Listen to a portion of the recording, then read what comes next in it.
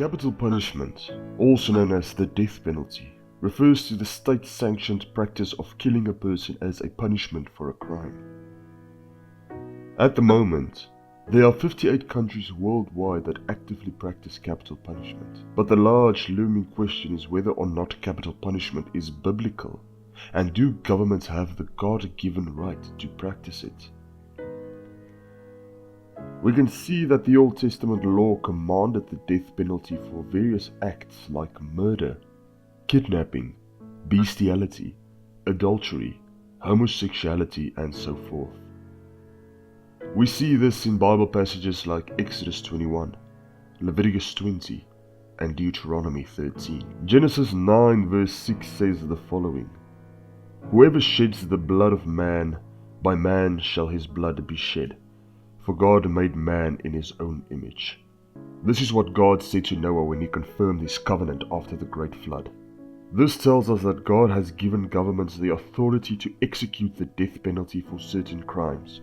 The Apostle Paul definitely recognized the power of the government to institute capital punishment where appropriate. You can read this in Romans 13 verse 1 to 7. How should a Christian view the death penalty? First, we must remember God has instituted capital punishment in His Word. Therefore, it would be foolish of us to think that we could institute a higher standard. God has the highest standard of any being. He is perfect. This standard applies not only to us, but to Himself. Therefore, He loves to an infinite degree, and He has mercy to an infinite degree. We also see that He has wrath to an infinite degree, and it is all maintained in a perfect balance. It is unbiblical to claim that God opposes the death penalty in all instances. But let us remember that we as Christians should never rejoice when the death penalty is employed.